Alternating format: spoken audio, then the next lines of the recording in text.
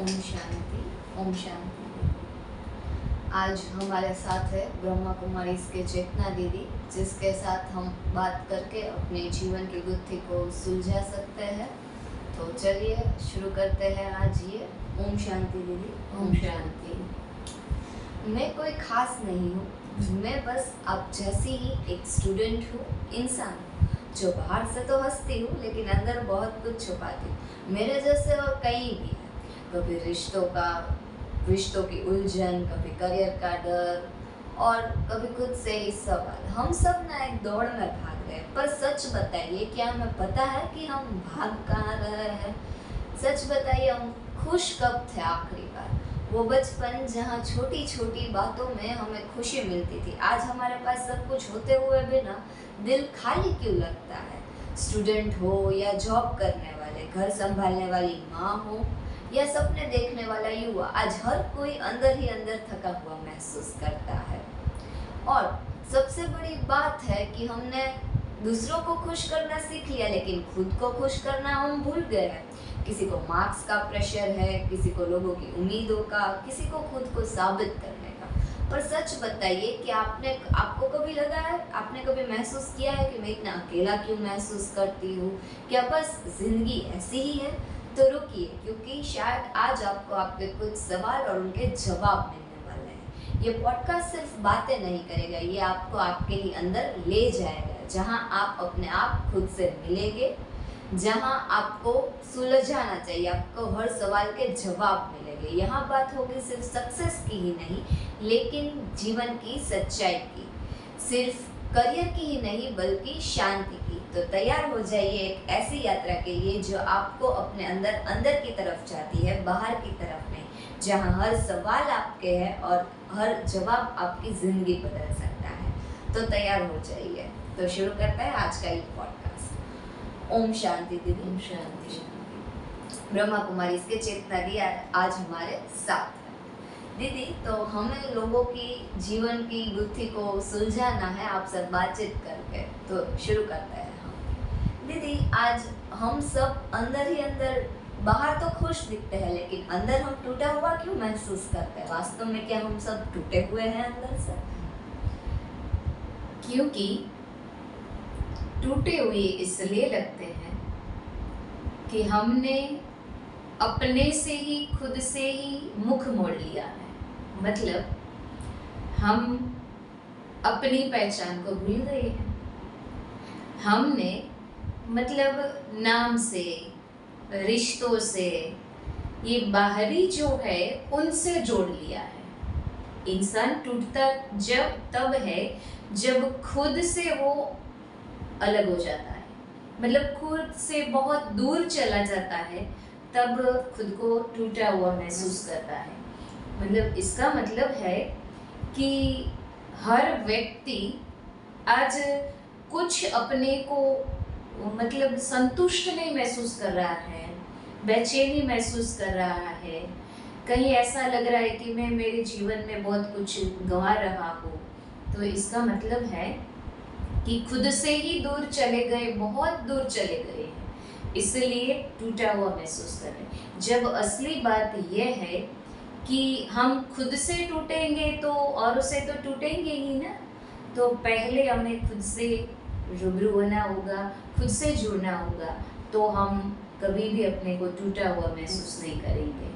मतलब असली पहचान है कि भाई ये जो नाम है, ये रिश्ते है, ये धन है, ये मेरी पहचान नहीं है। मैं असली में एक आत्मा हूँ और शांति का स्वरूप हूँ, मतलब शांत स्वरूप आत्मा हूँ। ये मेरी ओरिजिनल पहचान है।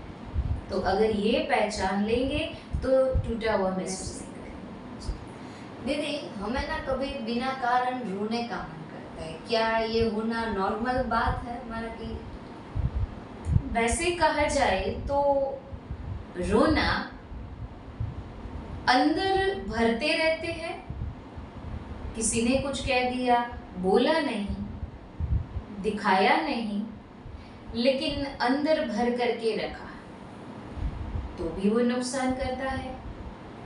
लेकिन रोने की वजह ये नहीं है कि हम ऐसे ही रो रहे हैं, लेकिन रोने का कारण होता है कि कहीं ना कहीं हमारे दिल के कोने में दर्द छुपा है और वो दर्द बाहर आ रहा है आंसू के माध्यम से। ऐसा भी नहीं है कि सब आंसू दिखा करके रो रहे हैं। अगर किसी के सामने आंसू दिखा करके रोएंगे तो भी कई लोग ऐसे होते हैं, वो कहेंगे मगरमच्छ के आंसू बह रहे हैं।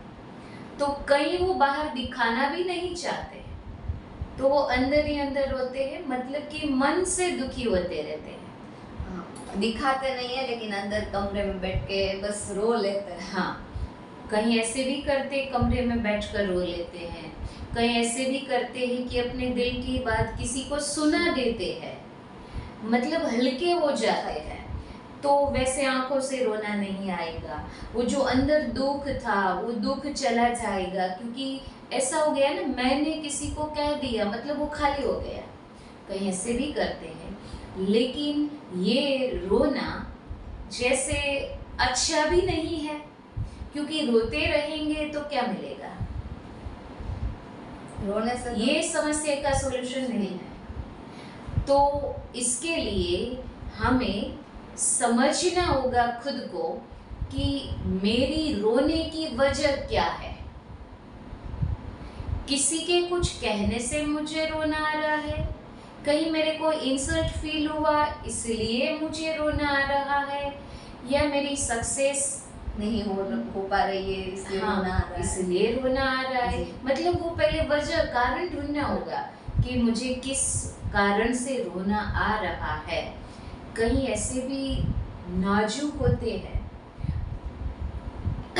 दिल कोमल होता है। जैसे पहले जब रामायण चलती थी तो सारे बाजारें शांत हो जाती थी, क्योंकि सभी रामायण देखने बैठ जाते थे। लेकिन कईयों का दिल ऐसा कमजोर होता है, तो जैसे रामायण में कोई सीन है वो फिल्माया जा रहा है, वो देखने वाला सब रो रहे हैं।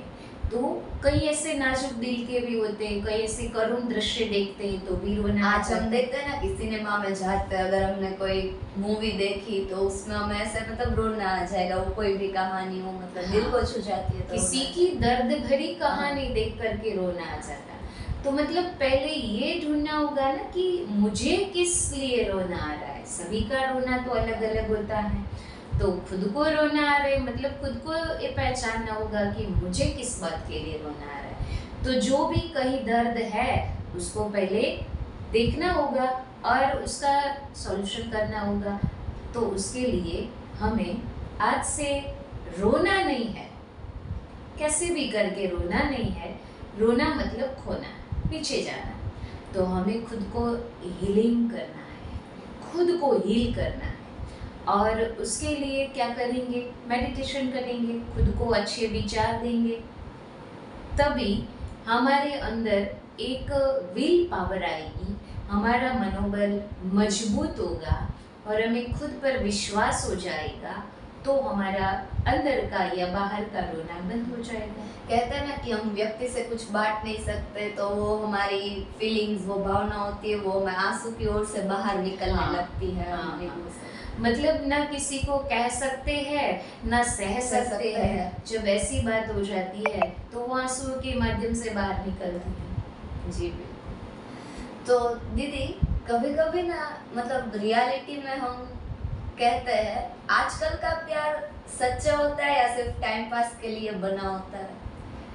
मतलब प्यार में तो आज देखा जाए तो सब रिश्तों में ऐसा है कि किसके साथ ये विश्वास करके प्यार किया जाए, क्योंकि ये देह का प्यार है ना। तो ज़्यादातर करके ये प्यार आजकल का जो है वो ज़रूरत के आधार पर होता है। माना कि प्यार है, पहले भरोसा होना चाहिए तो हम प्यार कर सकते हैं। भरोसा सबसे पहली चीज़ होती है प्यार। हाँ। तो क्या आपको ऐसा लगता है कि आज के समय में मैं किसी इंसान पर भरोसा कर सकूं और वो इंसान वफाही होगा? ये ज़रूरी तो नहीं कि सामने वाला इंसान कैसा निकलेगा, हमें नहीं पता है। हम भरोसा कर भी ले लेकिन धोखा खा जाएंगे तो। हाँ, क्योंकि अगर हमें कोई फल फ्रूट लेना है तो पहले हम उसको टेस्ट करके ले सकते हैं चॉइस से। वो थोड़ा सा हमें टेस्ट करवाएगा और टेस्ट करके हम फिर अच्छा लगा तो खरीदेंगे। हाँ, लेकिन इंसान के बारे में तो ऐसा नहीं हो सकेगा कि हम पहले उसको टेस्ट कर ले। माना कि शॉपिंग करेंगे तो भी हम कपड़े ट्राई करके लेंगे कि सही है, हम पे कैसा शूट कर रहा है। हाँ, लेकिन ये तो इंसान है ना, तो उसके लिए वो ऑप्शन नहीं है कि मैं इसको टेस्ट कर लूँ। इसकी टेस्ट ली भी जाए, टेस्ट ले हम एग्जाम ले, लेकिन क्या पता कि एग्जाम के टाइम वो परफेक्ट दिखे, क्योंकि वैसे भी आज हम देखते हैं दुनिया वाले लोगों के सामने तो सभी परफेक्ट दिखना चाहते हैं, दिखाते कुछ और है, अंदर से कुछ और हाँ, निकलता है। इसीलिए कहते हैं ना, जो एलिफेंट होता है उसके जो टीथ होते हैं वो दिखाने के दूसरे होते हैं और चबाने के अलग होते हैं। तो हो सकता है आज ऐसा भी हो सकता है, तो कैसे टेस्ट लेंगे?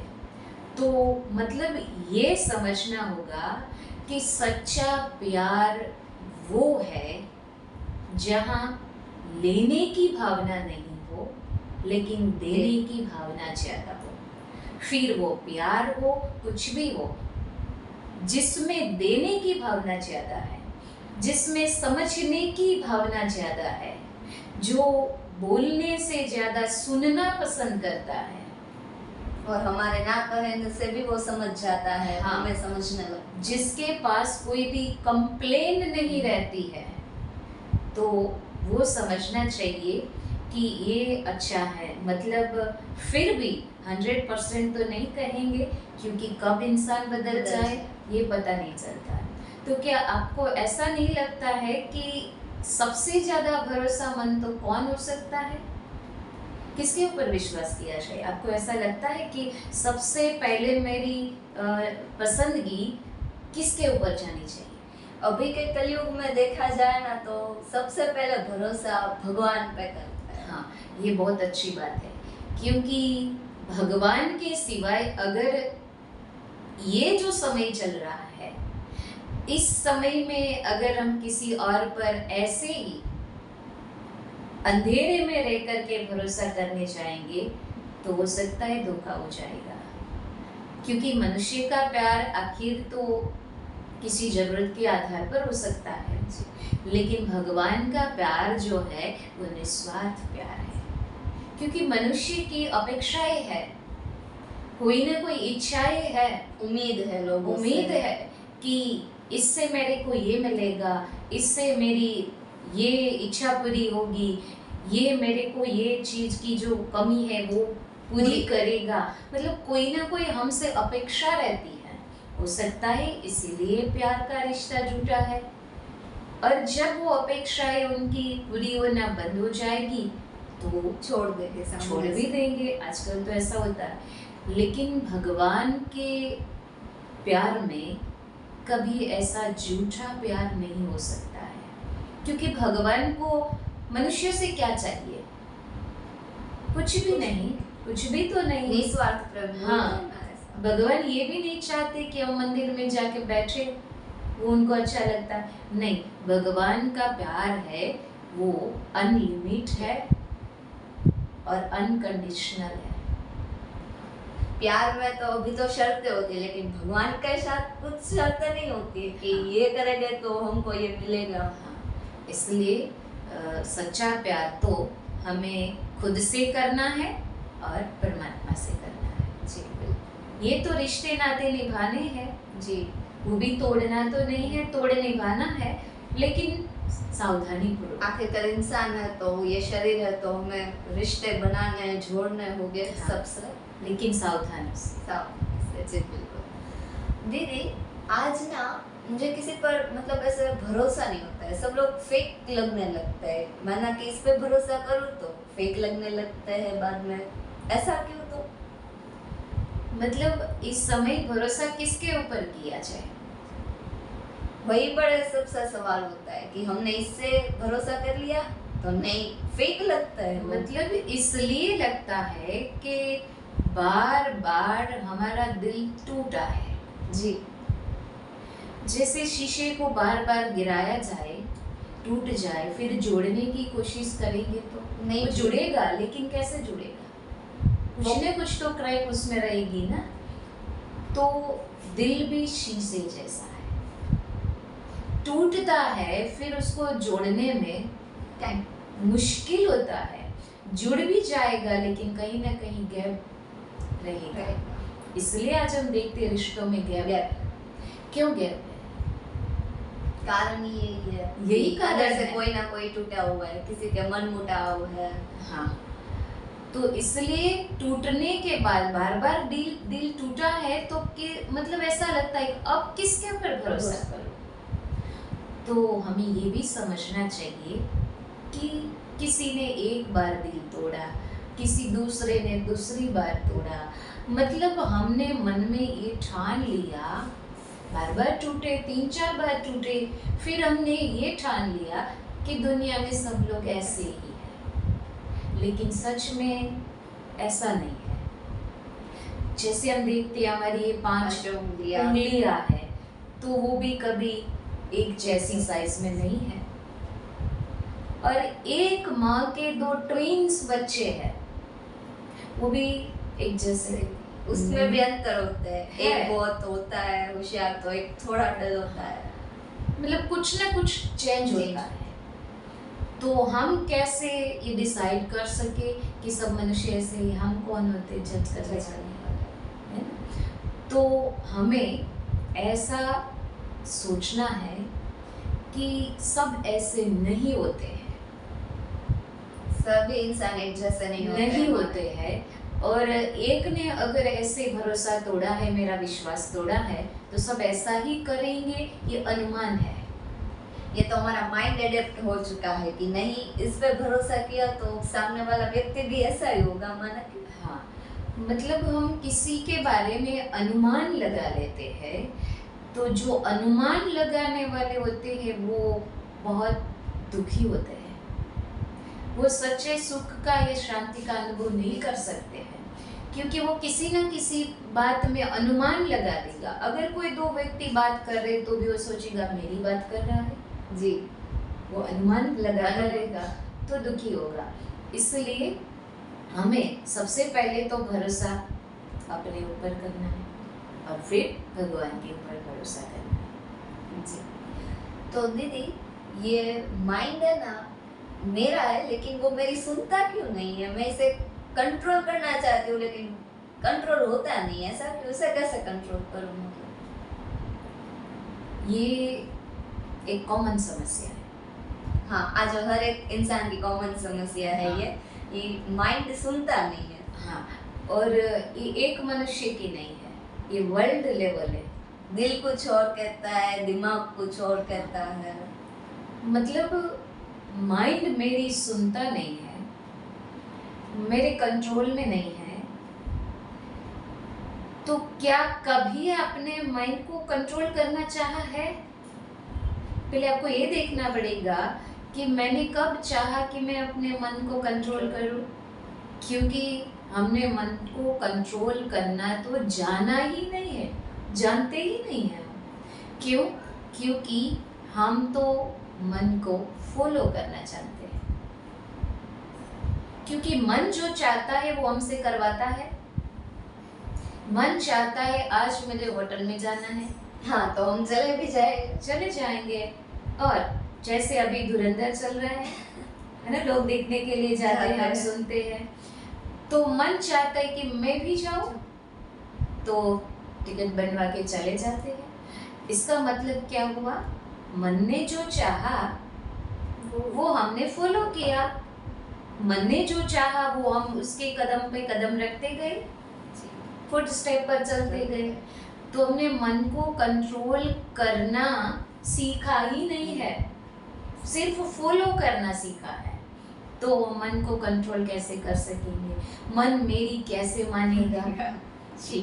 और हम ये भी नहीं जानते हैं कि मैं मालिक हूँ और मन मेरा सर्वेंट है। तो अगर हम ये समझ करके चले कि मैं मालिक हूँ, मैं राजा हूँ, तो हम अपने मन मंत्री को कंट्रोल कर सकेंगे।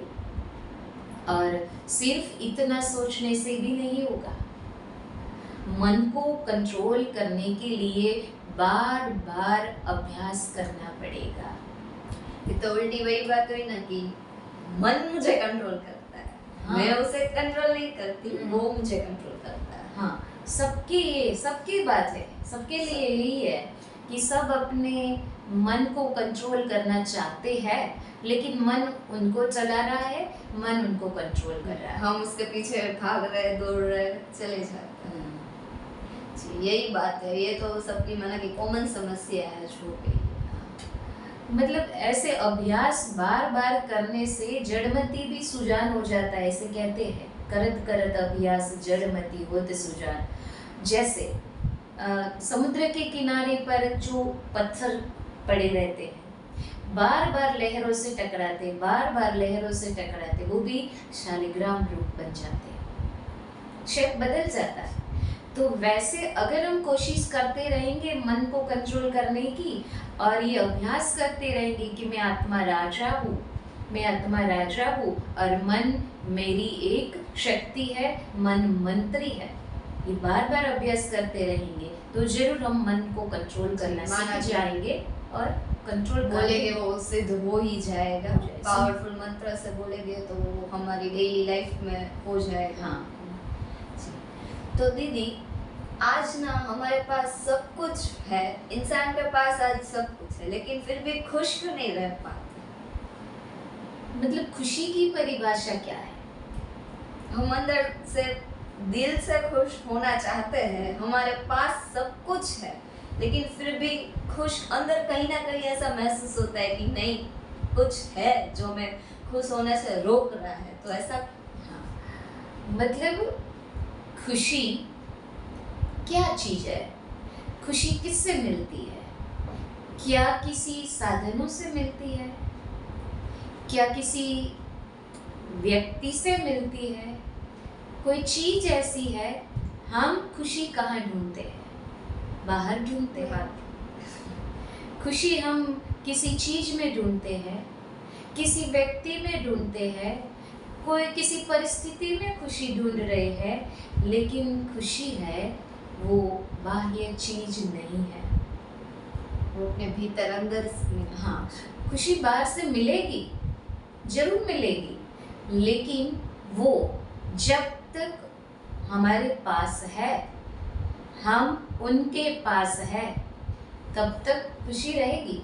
जैसे एग्जाम्पल है कि कोई व्यक्ति है जो हमारे कांटेक्ट में आता है, तो उसके साथ रहने से हमको खुशी मिलती है। वो कब तक रहेगी? जब तक साथ में है। और कोई साधन है, जैसे मोबाइल ही देख लो, कंप्यूटर देख लो, कोई भी, या कोई हमारी शौक की वस्तु हो, या हमें जो ये पार्लर में जाकर के रेडी होना, ये भी शौक होता है, उससे भी खुशी मिलती है। तो वो भी कब तक? जब तक रेडी हुए हैं, बहुत सुंदर दिख रहे हैं, तब एक दो फोटोज खींचे, तब तक माना खुशी है। हाँ। बाद में थक गए, अब नहीं करना है। हाँ। फिर अंदर से ऊब होती है कि अब जल्दी से मैं ये सब निकालूं, क्योंकि ये परमानेंट खुशी का माध्यम नहीं है। परमानेंट खुशी तो तब मिलेगी जब हम अंदर जाएंगे।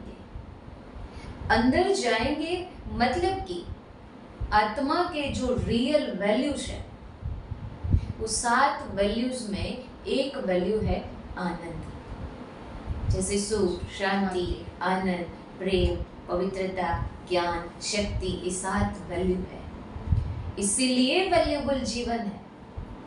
तो हमें खुशी कहीं बाहर ढूंढने की आवश्यकता ही नहीं है, हमारे अंदर भीतर मिल जाए, क्योंकि मेरा गुण है, निजी गुण है खुशी, आनंद। जैसे हमने खुशबू के लिए वो अगरबत्ती, धूप सली जो बोलते हैं, वो जला दिया तो वो अपने आप खुशबू देती रहेगी। वैसे हमारा आनंद का जो गुण है, वो पहचान लिया, अनुभव कर लिया, तो वो निजी है, वो अपने आप खुशी अंदर से निकलती रहेगी। लेकिन खुशी का सोर्स हम अगर बाहर ढूंढते रहेंगे तो मिल जाएगी थोड़े समय के लिए, लेकिन वो परमानेंट खुशी नहीं होगी, टेम्पररी होगी। हाँ, तो मतलब हमारी आत्मा भी चाहती है, क्या चाहती है?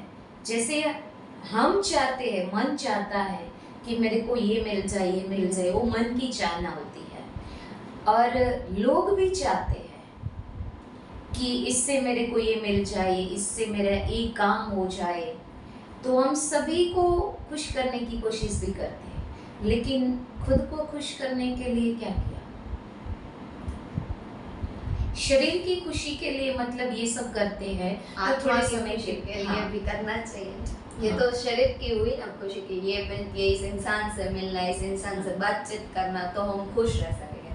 आत्मा को तो खुश करने के लिए शायद हमें मेडिटेशन करना। हाँ, जैसे हम सभी का सोचते हैं, इसको ये अच्छा लगता है, इसको ये अच्छा लगता है, इसको ये अच्छा, और वो हम करते भी हैं, सबको अच्छा लगे पैसा। लेकिन क्या हमने कभी ये सोचा है कि मेरी आत्मा को क्या अच्छा लगता है? तो अब ये जरूरत है, तब हम परमानेंट खुश रह सकेंगे, क्योंकि खुशी का माध्यम है वो कोई बाह्य चीज नहीं है, वो हमारी अंदर शक्ति है, और वो हमारी एक निजी अमूल्य चीज है। जी, तो अब हमें शायद अपनी खुशी अपने अंदर ही ढूंढनी चाहिए और हमारा मन रोज मेडिटेशन में लगाना चाहिए, तो शायद हाँ। आत्मा हाँ। पावरफुल बनेगी हाँ। और शक्ति मिलेगी। हाँ।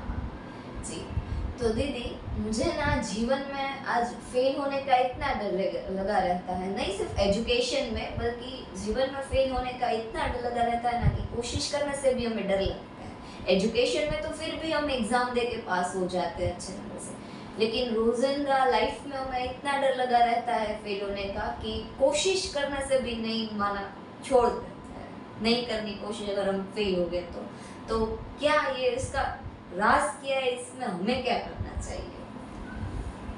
आज फेल होने का डर सिर्फ स्टूडेंट को है, युवाओं को है, ऐसा नहीं है। हर मनुष्य को फेल होने का डर है।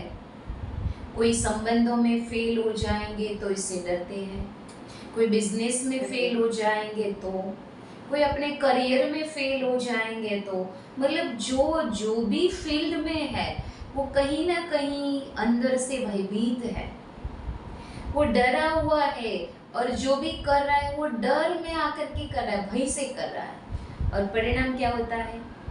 भय में किया गया कार्य कभी सक्सेस या सफल नहीं होता है और ठीक से नहीं हो पाता है। माना कि हमारे अंदर लैक ऑफ फियर ही होता है, मतलब फियर ही आता रहता है, तो हमें कुछ आगे करने का मौका भी मिले तो भी हमें इतना डर लगाता रहता है कि नहीं। उसका कारण है कि अंदर में जो भय बैठा हुआ है अपना अड्डा जमा करके, वो हमें रोक रहा है। और दूसरी बात कि हमने कभी अपने अंदर की बात को सुनने की कोशिश ही नहीं की है, और अपनी वैल्यू को कभी हमने समझा ही नहीं है। हम दूसरों के आधार से चल रहे हैं, किसी के विचार को हमने अपना विचार, अपनी सोच बना लिया है। जैसे किसी ने हमको कह दिया कि आप ये नहीं कर सकते, आपको नहीं आएगा, आपसे होगा ही नहीं, तो हम क्या समझ लेते हैं? हमारे माइंड में वही चलता रहता है कि नहीं, ये कह रहे हैं तो हम नहीं कर पाएंगे, ऐसा माइंड कहता है, सोचता है कि नहीं, इसने बोला है, तो कुछ माइंड में चल रहा होता है। मतलब ये अपने दिल को छोटी बना लेते हैं कि सच में इसने कहा है तो मेरे में कोई ताकत तो है ही नहीं, सच में मैं क्या कर सकती हूँ। और कहते हैं ना कि व्यक्ति के बोल इतने मतलब हम पे दिल पे हावी हो जाते हैं ना कि कई छोटे शब्द भी बोलते हैं ना, लेकिन इंसान का महत्व होता है ना हमारे जीवन में, तो वो हमारे दिल पे लग जाता है। हाँ, मतलब वो चोट लग जाती है, जैसे किसी को तीर लग जाता है वैसे, और जैसे पत्थर पर लकीर बन जाती है तो वो हम कोशिश करते कि ये मेरे माइंड में जो भूत सवार हो गया वो चला जाए, लेकिन वो जाने का नाम ही नहीं लेता है। तो इसका मतलब ये है कि किसी के विचारों को हमने अपनी अमानत बना लिया है और उसको घर दे दिया है, और उसी के बारे में हम सोचते रहते, वही सोचते रहते, वही संकल्प बार बार चलाते रहते हैं, तो वो फिर प्रैक्टिकल होने लगेगा। वो उस तरह की एनर्जी रिलीज करना शुरू कर देगा हमारा मन। इसीलिए हमें अपनी वैल्यू को समझना है कि सच में मैं शक्तिशाली आत्मा हूँ, और ये दिन में बार बार अपने को याद दिलाए कि मैं शक्तिशाली आत्मा हूँ, मैं सर्वशक्तिमान परमात्मा का बच्चा या परमात्मा की अमूल्य रचना हूँ। और परमात्मा को जब सर्वशक्तिमान कहा जाता है तो जैसे राजा का बच्चा राजकुमार होता है और उनको कितना नशा रहता है कि मैं राजकुमार हूँ, मेरा पिता तो राजा है, तो वो सबको कहेगा कि मैं तो राजकुमार हूँ। कितना नशा रहता है उनको। तो वैसे सोचिए हम किसकी रचना है? हम भगवान की रचना है, हम ईश्वर की रचना है जो सारी सृष्टि का रचयिता है। हम उनकी रचना है, तो हमारे में भगवान ने कितनी शक्तियाँ भरी है, लेकिन सब मनुष्य अपनी शक्तियों को नहीं जानते हैं। इसलिए हम कह सकते हैं कि 2% यूज कर रहा है। 100% शक्ति में से कोई मनुष्य सिर्फ 2% यूज कर रहा है, बाकी सब तो लगता है 1% यूज कर रहा है। इसलिए तो दुनिया आज यहाँ तक आके खड़ी हो गई है। दीदी, मुझे ना अपने आप पर भरोसा क्यों नहीं होता है? डाउट होता है। मानो कि मैं अपने आप पर भरोसा करना चाहती हूँ, लेकिन डाउट आ जाता है कि नहीं, तू नहीं कर सकेगी ये। हाँ, मतलब ये इसलिए होता है कि हमने खुद की शक्तियों को पहचाना नहीं है, या खुद के बारे में कभी सोचा नहीं है कि मैं क्या हूँ। दूसरों को देख करके ये होता है कि हाँ, ये बहुत आगे बढ़ रहे हैं, खुद पर भरोसा नहीं हो रहा है। उसका मतलब है कि हमने कभी अंदर झांक करके देखा ही नहीं है, अपनी वैल्यू को नहीं समझा है कि सच में मैं एक यूनिक आत्मा हूँ और मैं शक्तिशाली आत्मा हूँ, ये जाना नहीं है। इसलिए खुद पर भरोसा नहीं हो रहा है, खुद पर ही डाउट हो रहा है। मैं ये नहीं जानती हूँ कि मैं एक आत्मा हूँ। मैं अपने को जब तक देह समझती हूँ तब तक मुझे मुझ पर ही विश्वास नहीं होगा, और विश्वास नहीं होगा तो फिर जो भी हम करना चाहेंगे उसमें हम सफल नहीं हो पाएंगे। इसलिए कि खुद पर विश्वास नहीं हो रहा है, मतलब हमने एक बार फेल हो गए, एक बार कहीं हार हो गई, तो उसी को ही जीवन मान लिया। किसी में भी, बिजनेस में हो या कोई भी, और अपने ही लोग अपने ऐसा कहते हैं कि नहीं, तू नहीं कर पाएगी, कोई भी हो, मतलब जनरल माना कि, तो हम अंदर से ऐसा महसूस होता है हमें कि नहीं कि। लेकिन अभी अपने को पावरफुल बनाना होगा, और उसके लिए हमें एक तो मेडिटेशन करना होगा, दूसरा रोज खुद को थोड़ा टाइम देना होगा। जैसे हम सबके लिए टाइम देते हैं, मैनेज करते हैं टाइम को, इतना टाइम यहाँ देंगे, इतना टाइम यहाँ देंगे। जैसे बड़े बड़े लोग होते हैं तो उनका चार्ट पहले से प्रिपेयर होता है, रूटीन चार्ट, भले वो पीए बनाता हो, जो भी बनाता हो, लेकिन चार्ट प्रिपेयर होता है कि 9 से 10 बजे इससे मिलेंगे और इसके साथ मुलाकात होगी, इस ऑफिस में या चैम्बर में जाएंगे। ये सब चार्ट फिक्स होता है, मतलब फिक्स होता है। तो क्या मैंने कभी खुद के लिए टाइम टेबल बनाया? यही तो बड़ी सबसे बात है कि खुद के लिए हम ना समय ही नहीं निकाल पा रहे। हाँ, और परिणाम क्या देख रहे हैं? खुद के लिए टाइम नहीं है और सबके लिए टाइम है, और खुद के लिए टाइम मैनेज नहीं कर रहे हैं तो फिर टाइम हमें मैनेज करने लगता है। आज सब लोग क्या कहते हैं, मेरे पास टाइम नहीं है, मेरे पास टाइम नहीं है। अब मैं टाइम को सफल नहीं कर रही हूँ तो टाइम मुझे चला रहा है। हमने पहले बात की, वैसे जैसे माइंड में ले जाता है वैसे ये हमें उसके पीछे पीछे ले जाता है। तो मतलब हम समय के साथ साथ चल रहे हैं, तो समय को मैनेज करके चलेंगे। जैसे हम मतलब कि धन होता है तो उसको मैनेज करते हैं ना जी, सेविंग्स करके, हाँ, कितना कब यूज करते हैं हाँ। हम। संबंध है उसको भी मैनेज करते हैं कि यहाँ जाना है तो जाते हैं, भोजन करना है तो कितना करना है, कितना नहीं खाना है, ये भी मैनेज करते हैं। हाँ। तो टाइम को क्यों मैनेज नहीं कर सकते हैं? जी। टाइम की वैल्यू को समझा ही नहीं है, क्योंकि ये जो टाइम है और हमारा जीवन है वो बहुत बहुत बहुत वैल्यूबल है। कहते हैं ना कि जो हमारे लिए वो इम्पोर्टेंट होते हैं उसके लिए हम कोई भी समय निकाल के भी हम वहाँ जाएंगे, क्योंकि वो इंसान हमारे लिए इम्पोर्टेंट हाँ, इसलिए। लेकिन खुद के लिए टाइम तो स्पेंड नहीं करते। तो टाइम को मैनेज करके हमें समझना होगा, जैसे खुद की वैल्यू को समझना है वैसे ही समय की वैल्यू को भी समझना है और समय का सदुपयोग करना है। दीदी, आज ना हर एक इंसान अपने माता पिता की आशा, उनकी अपेक्षाएं और दबाव बहुत रहता है। इसमें हमें क्या करना चाहिए और ऐसा क्यों होता है? मतलब आशा और अपेक्षा इतनी बढ़ गई है ना, तो क्या करना क्या चाहिए इसमें हमें? मतलब आज हम देख रहे हैं कि ये कंपटीशन का युग है,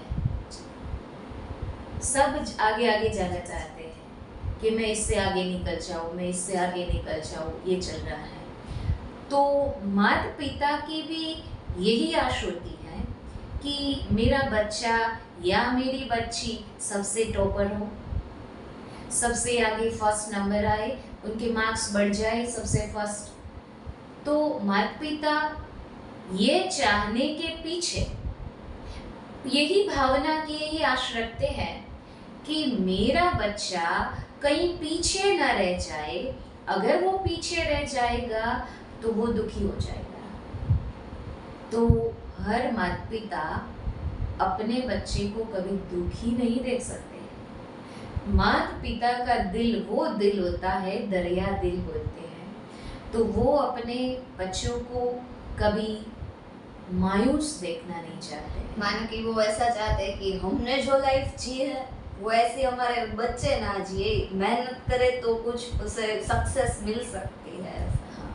मतलब वो यही चाहते कि हमने हमारी लाइफ में जो सुख नहीं देखा है वो हमारे बच्चे देख पाए, अनुभव कर पाए।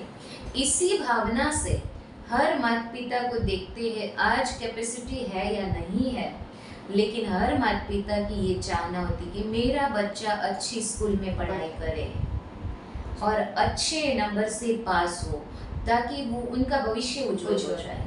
उसके लिए माता पिता क्या नहीं करते हैं, वो अपने सारे सुख सुविधाओं का त्याग करते हैं, अपने सारे शौक का त्याग कर देते हैं। इतने तक कि अगर कहीं कोई गरीब है और भोजन कम है तो माँ यही कहेगी कि बेटा मुझे भूख नहीं है, तुम खा लो। ये माता पिता का त्याग होता है और ये माता पिता की बच्चों में आश होती है, शुभ भावना होती है। इसलिए अगर कोई माता पिता, सब माता पिता यही चाहते हैं कि मेरा बच्चा आगे आए, और वो प्रेशर कर रहे हैं, दबाव कर रहे हैं। कभी कभी ना हम स्टूडेंट लाइफ में ऐसा लगता है कि बोलते हैं कि पढ़ने बैठ, लेकिन हमें लगता है कि नहीं, टॉर्चर कर रहे हैं। मतलब वो हम अपनी मेंटालिटी से सोचते हैं ना, पर हम अपनी एंगल से उनको देखने की कोशिश कर रहे हैं, क्योंकि हम जिस युग में जी रहे हैं तो हमारे विचार उस युग के अनुसार है, और हमारे माता पिता थोड़े पुराने युग के हैं तो उनके विचार जनरेशन गैप। हाँ, मतलब इस आधार से तो ये तो रहेगा, लेकिन इसका मतलब ये नहीं है कि हमारे माता पिता हमको फालतू में टॉर्चर कर रहे हैं। उसके पीछे भी राज है कि वो हमको ऊंच उठाना चाहते हैं। हमारे लिए ही अच्छा है, वो हमारे लिए अच्छा सोच रहे हैं, हमारे कल्याण के लिए ही वो हमें बार बार कह रहे हैं। देखिए तो उन्होंने तो अपनी लाइफ में जो पाना था वो पा लिया, जो जीना था वो जी लिया, फिर भी वो हमको क्यों कह रहे हैं? वो हमारे कल्याण के लिए। हम जीवन में आगे बढ़े, उससे हाँ। खुशी की बात और क्या हो सकती है। तो हमें कभी माता पिता की बात का बुरा भी नहीं मानना है और उनकी बात को इग्नोर भी नहीं करना है, उसमें से सीखना है और उस आधार से चलना है। वो जो कह रहे हैं उसकी भी सुनना है, बैलेंस रख के चलना है और हमें अपनी आइडेंटिटी को भी प्रोटेक्ट करना है। क्योंकि हम अपनी तरफ से सोचते हैं, लेकिन हम उनकी जगह रह के हमने आज तक कभी नहीं सोचा ही नहीं है। हाँ, इसीलिए बात अलग हो जाती है। हाँ, तो हमें दोनों साइड से सोचना है। मतलब जैसी दृष्टि वैसी सृष्टि दिखाई देती है, तो हमारे सोचने का तरीका जो होगा हम उनको उसी आधार से देखेंगे। दीदी, आज ना हम मेहनत पूरी करते हैं, लेकिन किसी व्यक्ति से अपने को कंपेयर करते हैं ना, माना कि तो मतलब ऐसा जलसी फील होती है, क्योंकि नहीं ये आगे है, ये पीछे है, लेकिन फिर भी हम किसी को अपने साथ कंपेयर करते हैं, किसी एक छोटी सी बात में भी हम कंपेयर करते हैं ना, तो ऐसा जलसी फील होता है। क्यों? तो इसमें हमें क्या करना चाहिए, माना कि जैसे किसी को आगे देख रहे हैं तब हम कंपैरिजन क्यों आती है? क्योंकि हम ये सोचते हैं कि मैं इतनी कोशिश करती हूँ, मैं इतनी मेहनत करती हूँ, फिर भी मेरे को सफलता नहीं मिलती। ये थोड़ा सा भी पढ़ लेते हैं तो भी ये आगे निकल जाती है। तब सिर्फ कंपैरिजन नहीं आती है, अंदर से जेलसी भी होती है, लेकिन जेलसी से हमारी शक्तियाँ डाउन होती है। हमें तो उनसे आगे जाना है ना, तो अगर हम उनसे आगे जाना चाहते हैं तो जेलसी से नहीं, हमें उनसे सीखना चाहिए, उनसे मुलाकात करनी चाहिए।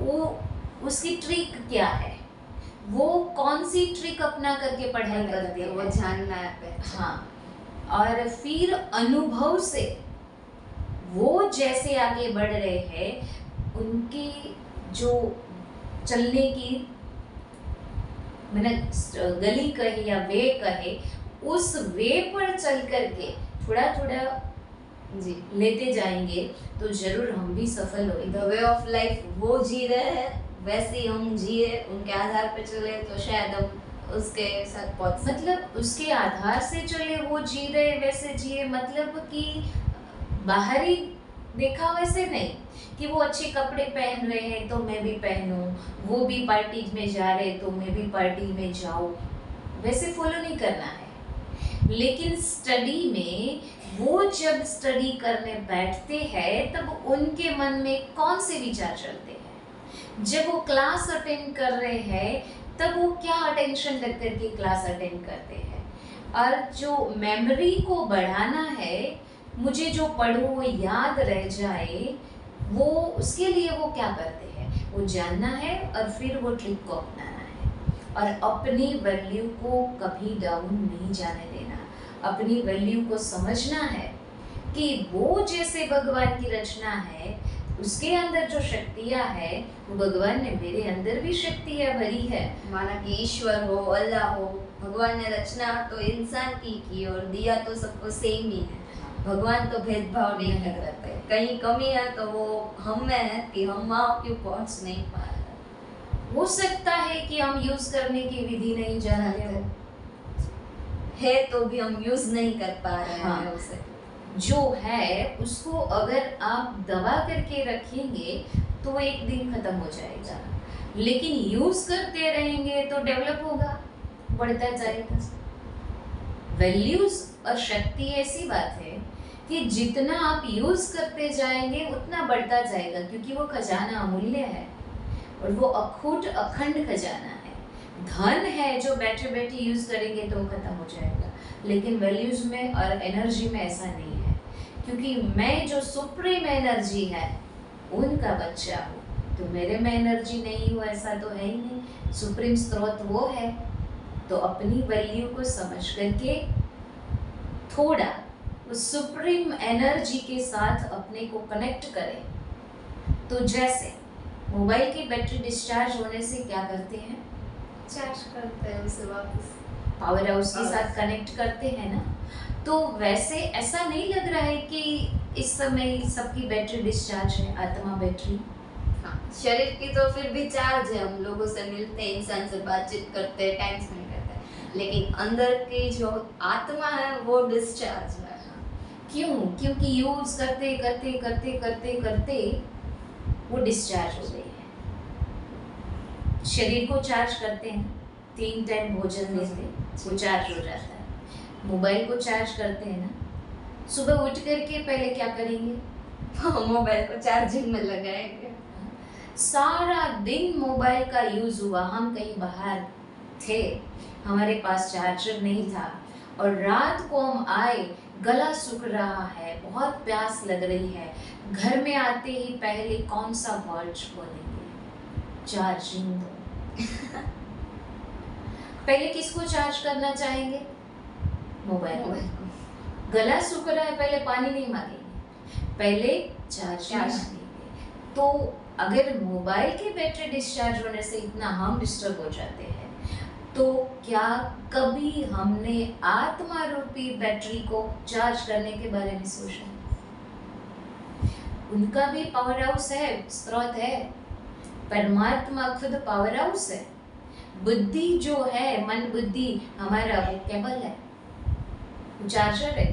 ज्वाइंट करेंगे, कनेक्ट करेंगे तो वो भी चार्ज हो जाएगी, और जब वो चार्ज हो जाएगी तो अपने आप ही एनर्जी फील करने लगेगी। दीदी, अब ये जो सवाल करने जा रही हो ना, वो शायद सबके जीवन में कहीं ना कहीं तो लागू होता ही होगा, फिर चाहे वो स्टूडेंट लाइफ हो या ऐसी। दीदी, मुझे ना गुस्सा बहुत आता है, माना कि एंगर, मतलब इस पे निकाल दो, उस पे निकाल दो, गुस्सा बहुत आता है, इरिटेशन भी होने लगती है, और बाद में जब शांति से सोचते हो ना तो रिग्रेट होता है कि क्यों मैंने ऐसा क्यों किया, रिग्रेशन होती है मुझे। तो ऐसा क्यों होता है, इसमें क्या करना चाहिए? मतलब गुस्से का कारण कोई और नहीं होता है, गुस्सा अंदर से ही निकलता है ना। और तो सिर्फ माध्यम बनते हैं, सामने वाला है वो कुछ बोला और मुझे गुस्सा हो गया, वो बोल के चला गया, मैं गुस्से हो गई, किसको नुकसान हुआ? मुझे। वो तो बोल के चले गए, उसको कुछ नहीं, शायद वो भूल भी जाएंगे, लेकिन गुस्सा मैंने किया है, तो मैं उनको देख करके बार बार वो कुछ बोला है, तो सिर्फ जब बोल के चले गए उतने टाइम तक नहीं सीमित रहेगा, फिर उसको जब भी देखेंगे तब अंदर से याद आएगा, इसने मुझे ऐसे बोला था, फिर वही गुस्सा आएगा। जी, जब चेहरा देखेंगे तो वापस याद आएगा कि नहीं, इसके कारण यहाँ मैं गुस्सा हुई थी और मुझे ऐसा फील हुआ था। हाँ, तो मतलब गुस्से का कारण कोई चीज या वस्तु या कोई व्यक्ति नहीं होता है, हम खुद ही गुस्से के कारण रूप बनते हैं। तो जब भी गुस्सा आए तब अपने मन को शांत करें, अपने मन को समझाए कि फायदा मुझे कुछ नहीं है गुस्से से, मुझे तो सिर्फ नुकसान ही हो रहा है। इसलिए अपने मन को बार बार समझाए कि मैं शांत स्वरूप आत्मा हूँ। और गुस्सा वो जब आया है तब इतना आग बबूला हो जाते हैं कि चेहरा ही तांबे जैसा हो जाता है, लाल लाल, है ना। फिर गुस्से के बाद शरीर को कितना नुकसान होता है, कितनी बीमारियों की वजह बन जाता है हमारा गुस्सा। तो जब भी गुस्सा आए तब आज शास्त्रों में जैसे दुर्वासा मुनि याद आ जाते हैं। सबसे बहुत गुस्से वाले दुर्वासा मुनि थे। तो उस टाइम क्या होता है, जब वो दुर्वासा मुनि गुस्सा करते हैं तो किसी को श्राप दे देते हैं। लेकिन हम जब खुद गुस्से हो रहे हैं तब हम खुद को ही श्रापित कर रहे हैं। और क्योंकि शायद हम जितना गुस्सा आने से हमें दूसरे लोगों को कुछ कड़वा भी बोलना पड़े तो भी हम बोल देते हैं, क्योंकि वो हम अपने खुद के कंट्रोल में ही नहीं होते। फिर मुख क्या बोलता है, मन क्या सोचता है, हमारी हाथ क्या काम करेंगे, वो भी पता नहीं चलता। आज हम देख रहे हैं कि किसी की हत्या कर देते हैं जी, इसका कारण भी गुस्सा ही होता है। कोई छोटी सी बात में गुस्सा आ गया और किसी के ऊपर हाथ उठा लिया, तमाचा लगा दिया, तो वो भी गुस्से का ही कारण होता है। गुस्सा कैसे कैसे निकलता है, पहले अंदर सोचते इसने मुझे ऐसे कहा था, सोचते सोचते सोचते फिर वो व्यक्ति सामने आ जाता है तो बोलने लगते हैं, आपने मुझे ऐसा कहा था, निकाल देते हैं हाँ, अपने मन मैं में अब देखूंगी, मैं भी अब क्या करती हूँ देखो, बोलते हैं। फिर और गुस्सा आगे जाता है, दृष्टि से निकलता है, घूर घूर के देखने लगते हैं, दृष्टि लाल हो जाती है, आंखें, और फिर और गुस्सा आगे जाता है तो हाथापाई हो जाती है ना, तमाचा भी लगा देते हैं, मारामारी पे आ जाता है। हाँ, ये सब गुस्से का कारण है। ये युद्ध भी क्या है, ये गुस्सा ही है, गुस्से का ही कारण है ना।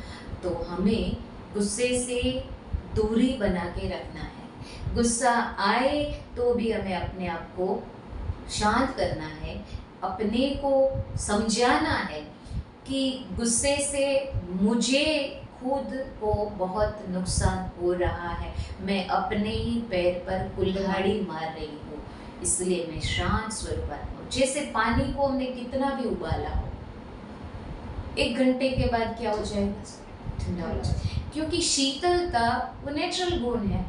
वैसे आत्मा का ओरिजिनल जो गुण है वो है शांति।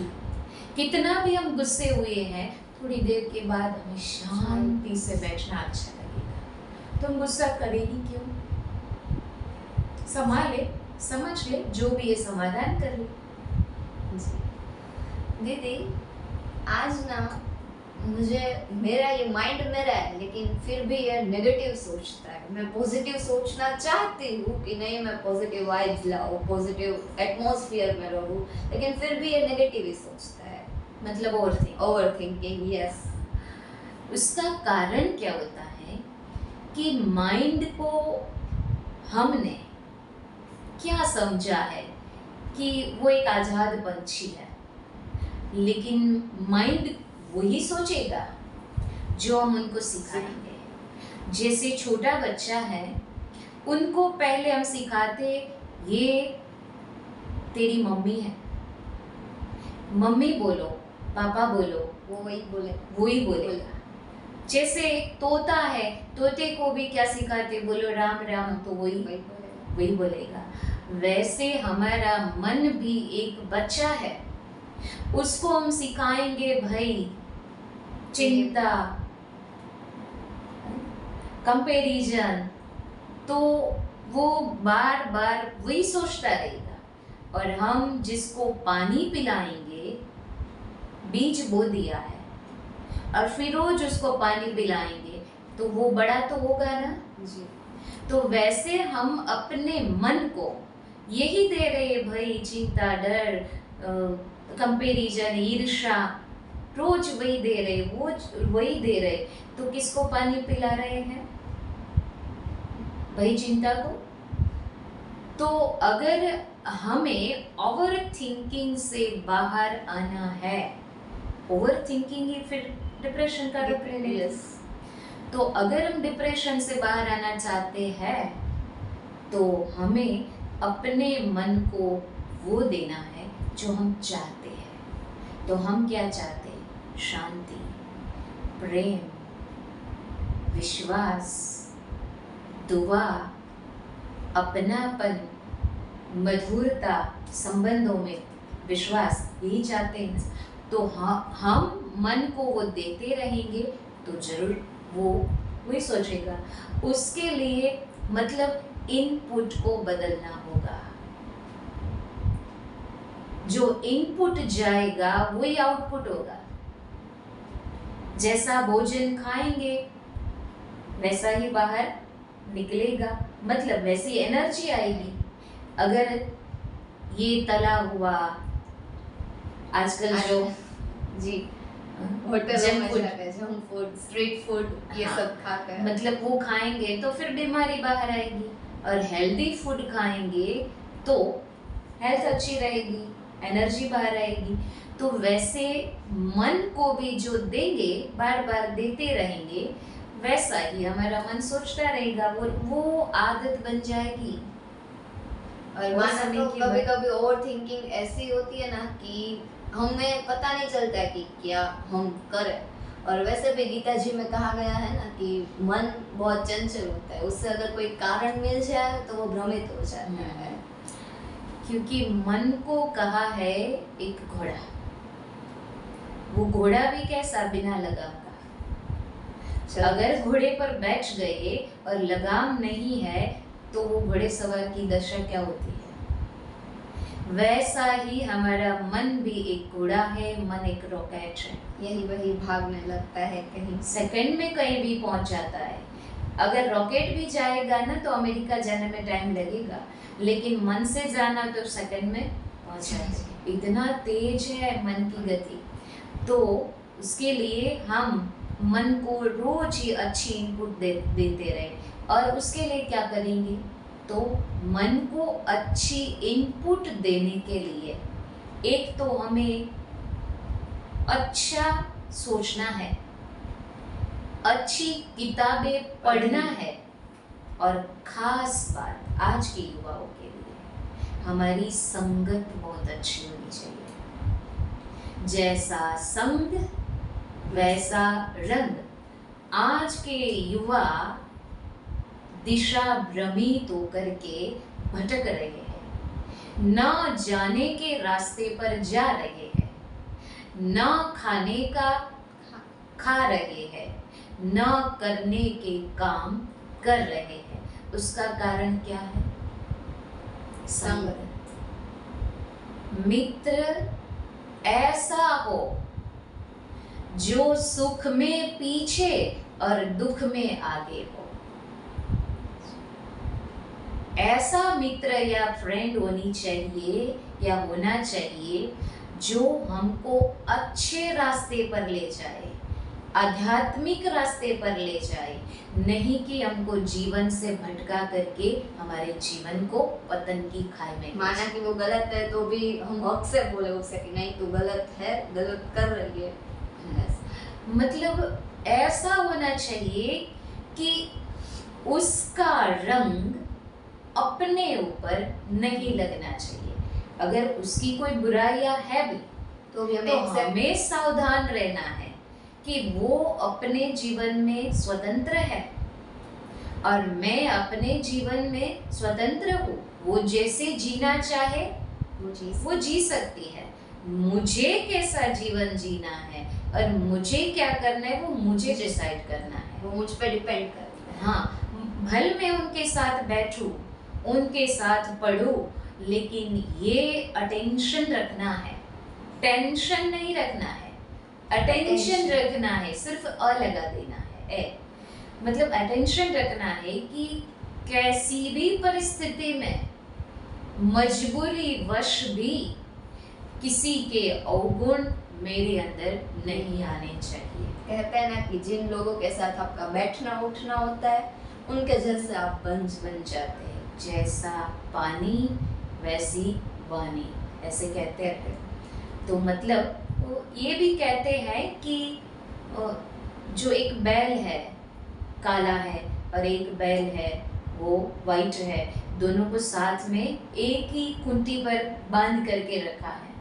तो कैसे कि वो काला है वो वाइट नहीं बन जाएगा, वाइट है वो काला नहीं बन जाएगा, लेकिन शान तो आ जाएगी।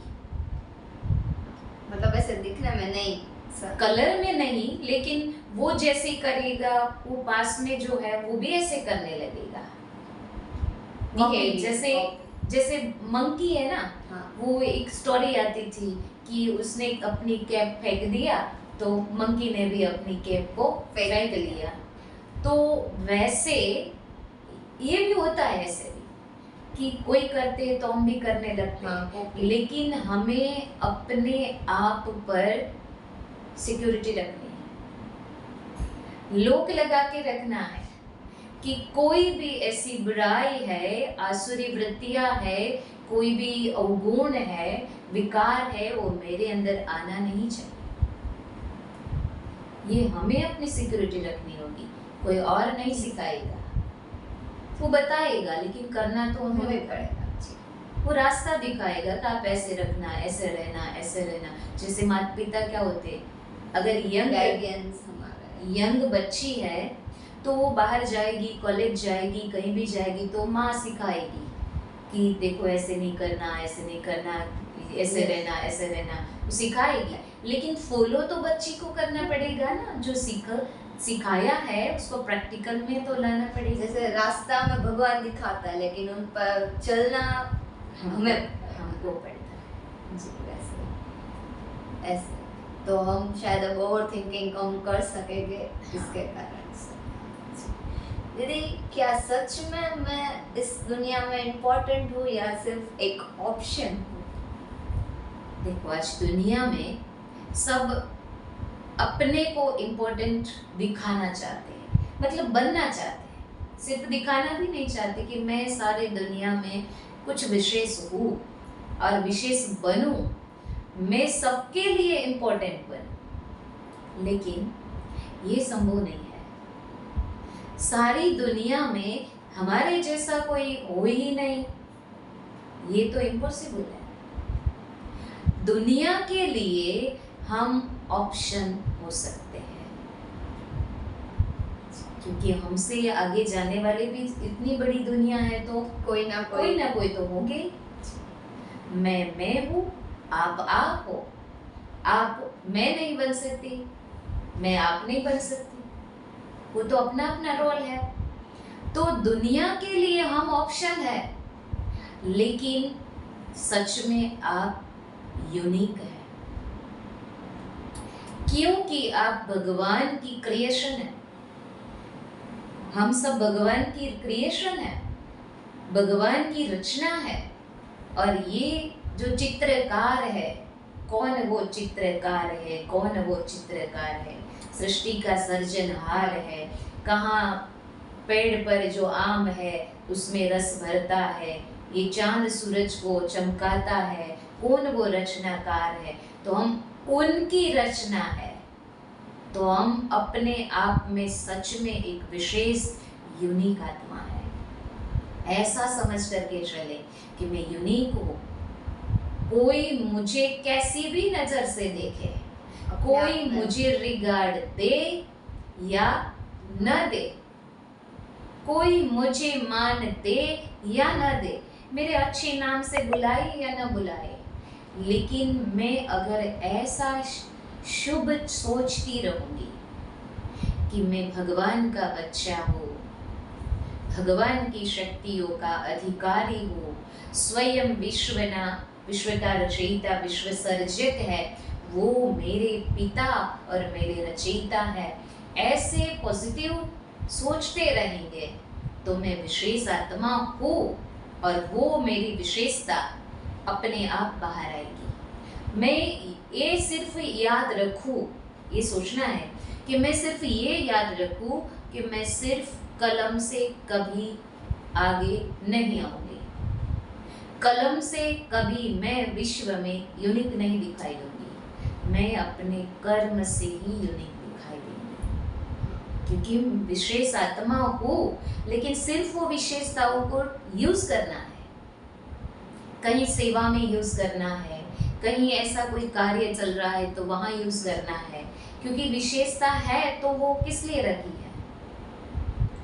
जब हम ये सोचेंगे कि मेरे अंदर ये विशेषता है, जैसे किसी को ये डेकोरेशन का बहुत शौक होता है, किसी को लिखने का बहुत शौक होता है, आर्ट होती है वो, तो वो विशेष अलग अलग स्किल होती है। हाँ, मतलब वो स्किल को डेवलप करना है, यूज करेंगे तभी तो डेवलप होगी, अगर छोड़ देंगे तो खत्म हो जाएगी। आज ये स्किल है जो मेरी आपके सामने अलग होगी, मेरे फ्रेंड सर्कल है उसके सामने मेरी स्किल, एक मेरी स्टोरी अलग होगी। वैसे ही सब अपनी अपनी स्किल में है, वो जो उसे यूज करके आगे बढ़ना चाहिए। वैसे ही होगा ना, जैसे आज ऐड होती है तो क्या होता है, क्या करते हैं? ऐड मतलब कोई भी चीज की को कोई बिजनेस में कुछ लॉन्च कर रहा है हाँ। तो वो ऐड दे रहे हैं, तो एक ने देखा दूसरे को बताया कि ये बहुत अच्छी चीज है, और उसने तीसरे को बताया, रिव्यू रिगार्ड्स दे हाँ, मतलब वैसे बढ़ेगा ना। जी। तो हम यूनिक तब दिखाई देंगे जब अपने स्किल को डेवलप करते जाएंगे। माना कि शौक है तो हम उसके शौक पूरे करेंगे और आगे बढ़ेंगे। हाँ, मतलब यूनिक है ये याद रखना है, और वो यूनिक की हमारी जो जिस विशेषता में है, जो भी स्किल है उसमें दिखानी है। जी। दीदी, आज हम सोशल मीडिया में देखें ना तो सब लोग खुश दिखते हैं हमें, क्या वास्तव में सभी लोग अंदर से माना कि खुश होते हैं या सिर्फ खुश होने का दिखावा? इवन मैं भी देखूं तो मैं अगर सोशल मीडिया में देखूं तो नहीं खुश नजर आती हूँ, खुश दिखती हूँ, लेकिन बाद में क्यों हम सब रियल में खुश होते हैं या सिर्फ हम एक खुश होने का ये दूसरे को दिखावा कर रहे हैं? जैसे सोशल मीडिया ने तो आज ऐसा अपना जाल बिछाया है, जैसे इंस्टा है जी, ये ट्विटर है, फेसबुक है, बहुत सारे हैं एप्स जो सोशल मीडिया। हाँ, मतलब सब लोग सोशल मीडिया में वायरल होना चाहते हैं, वीडियो वायरल करना नहीं चाहते, खुद वायरल होना चाहते हैं। रील्स क्यों बनाते हैं? अपनी खुशी के लिए, अंदर से खुश होनी है और वायरल होने के लिए, है ना, कि कोई मेरे वीडियो को लाइक करे। हाँ, देखिए मैं सबको दिखाई दूँ, बहुत अच्छी दिखाई दूँ। तो ऐसा नहीं लगता है कि ये तो मास्क वाला चेहरा है ना? जब रील्स बना रहे तब कितना ये अपने दांत में दिखा देते हैं, इतना खुश होते हैं। और फिर जब रील अपलोड कर दिया और उसी में ही कुछ पास में आकर किसी ने कुछ कह दिया तो दुख हो जाता है। दुख हो जाता है। मतलब वो खुशी, ऐसा लग रहा है कि वो अपनी खुशी को नहीं अपलोड कर रहे,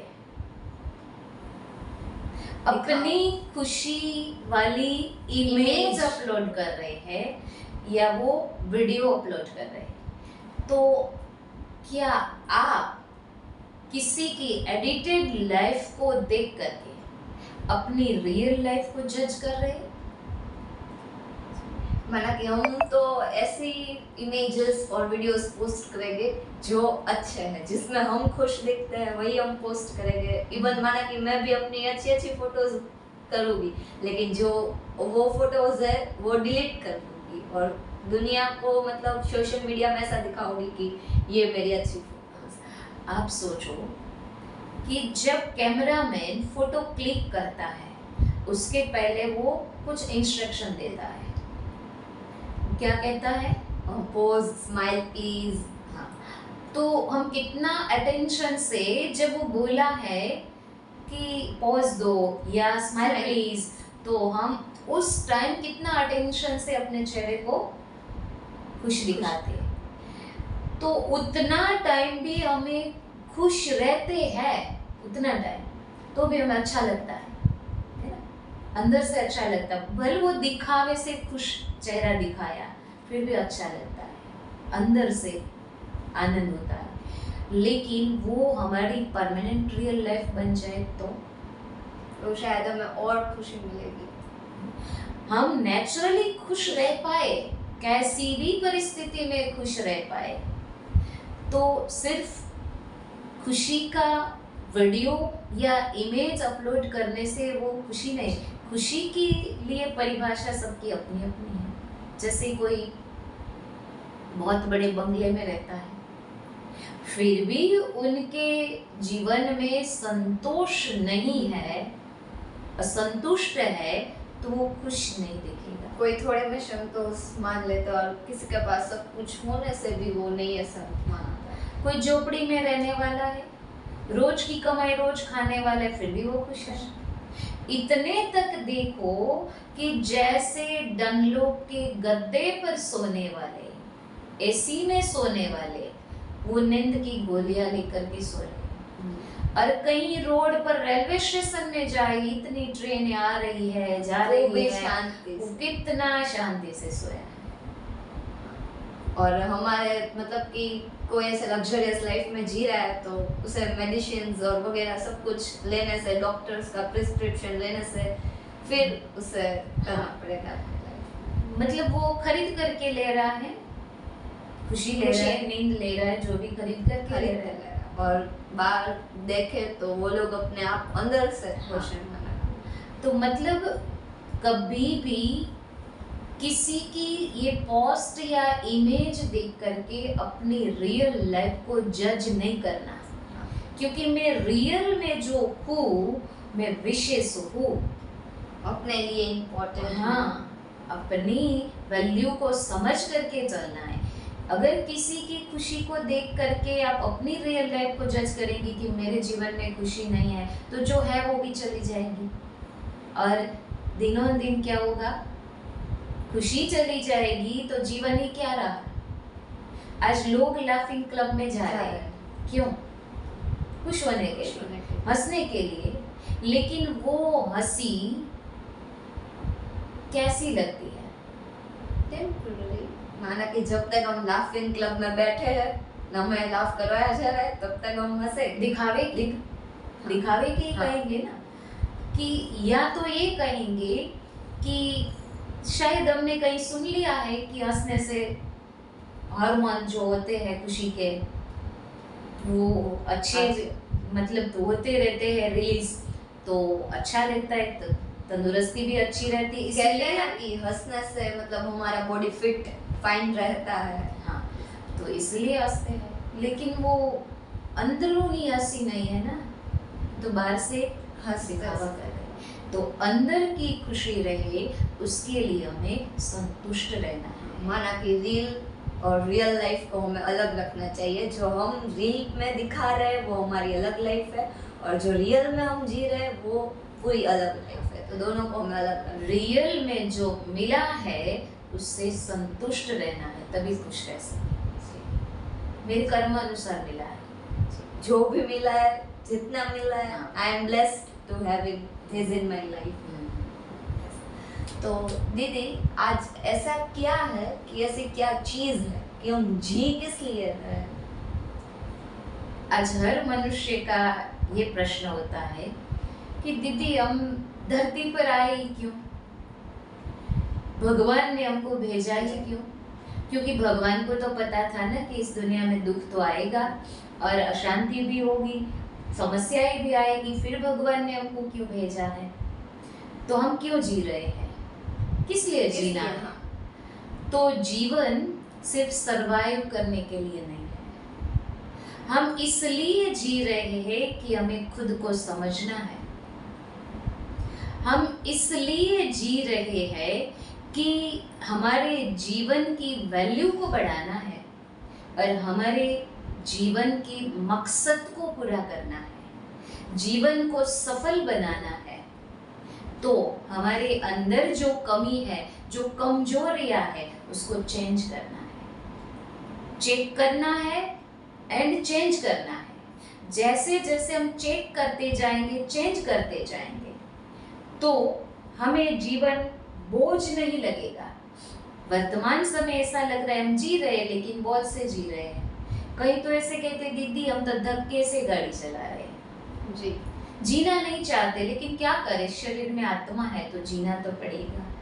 तो याद रखें कि हम अपने जीवन को महान बनाने के लिए, वैल्यूबल जीवन बनाने के लिए और सफल जीवन बनाने के लिए मनुष्य जीवन मिला है ना, अमूल्य जन्म है ऐसे कहते हैं, क्योंकि एक इंसान ही ऐसा है जो बोल के अपनी कोई भी बात को व्यक्त कर सकता है, सोचने की, समझने की, ये सब लिविंग थिंग्स है वो कर सकते हैं, नॉन लिविंग थिंग तो कुछ नहीं कर सकते। हाँ, तो इसलिए हमें अपनी कमजोरी को निकालना है और हमें सिर्फ अपने लिए नहीं जीना है, दूसरे के जीवन में भी हमें रोशनी लानी है, दूसरों को हमें खुशी देनी है, दूसरों के जीवन में शांति आए, उसके चेहरे पर एक मुस्कान आए, वो भी हमें अपने जीवन से, मतलब कि अगर हमसे हमारे वजह से कोई अगर खुश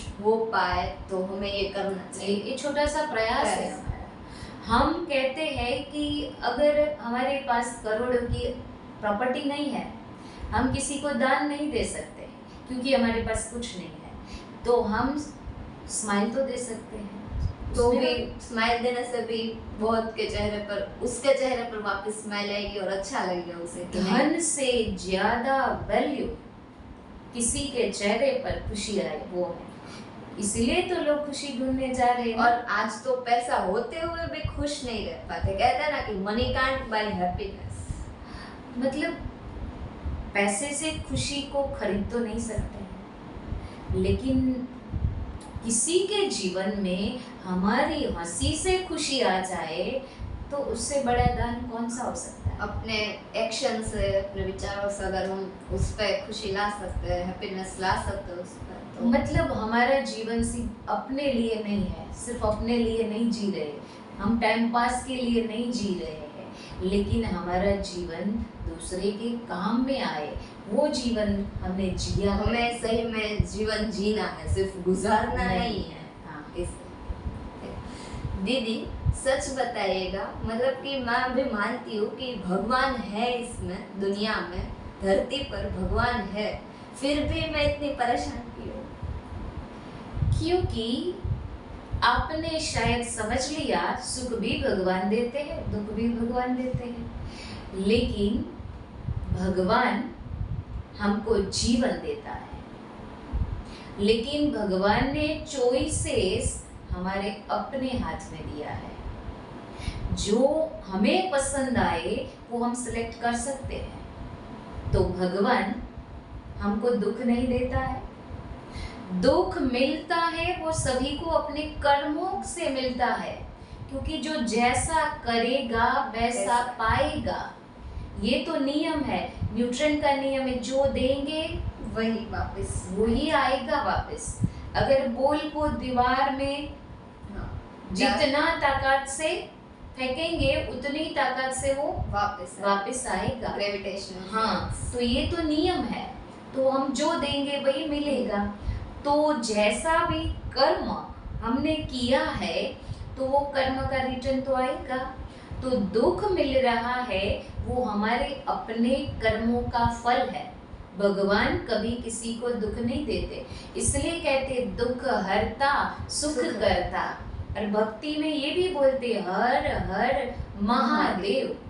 तो हर का मतलब क्या होता है कि हमारे दुख को दूर करो, ये है हर हर का मतलब कि जो दुख मिल रहा है वो अपने ही कर्मों की कमाई है, फल है, दोष भगवान के ऊपर नहीं देना।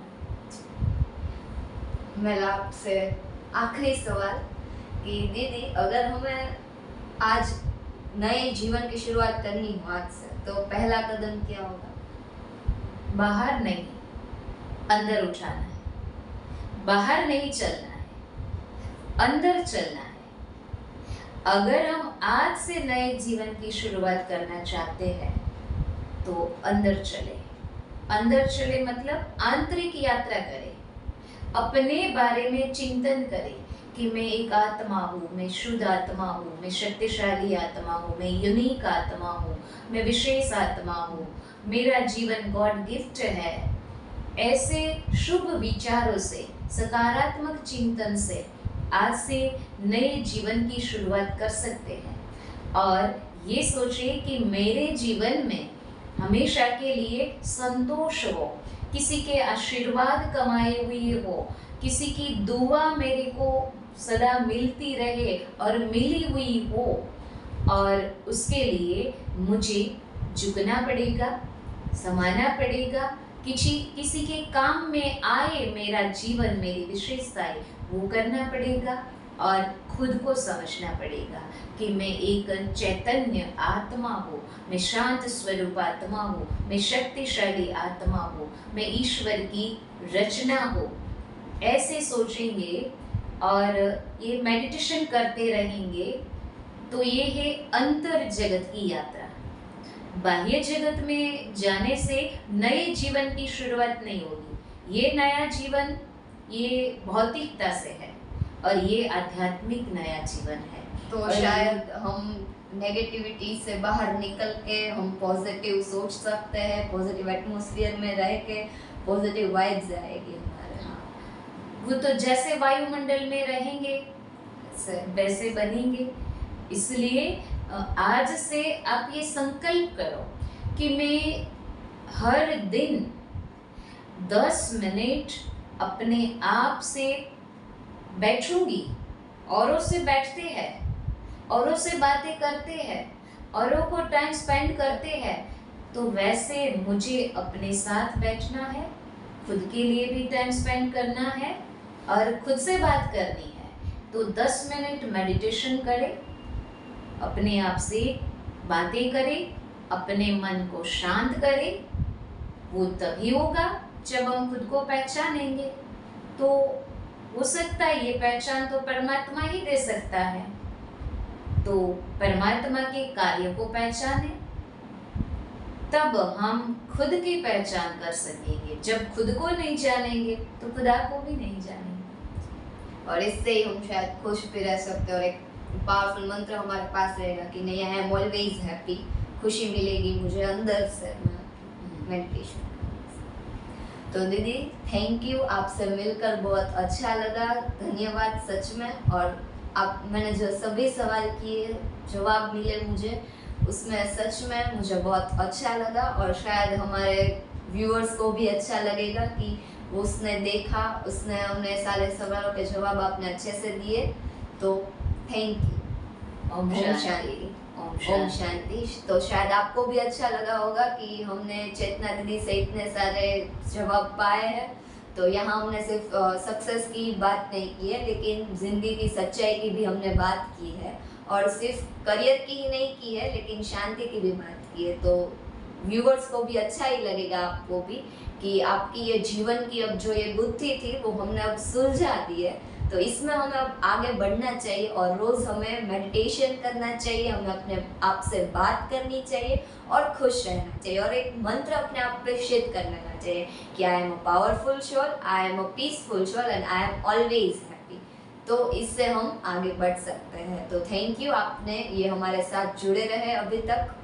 सो अगर ये वीडियो आपको पसंद आया हो तो लाइक कीजिएगा, शेयर कीजिएगा और हमारे यूट्यूब चैनल को सब्सक्राइब कीजिएगा। Thank you. ओम शांति। ओम शांति।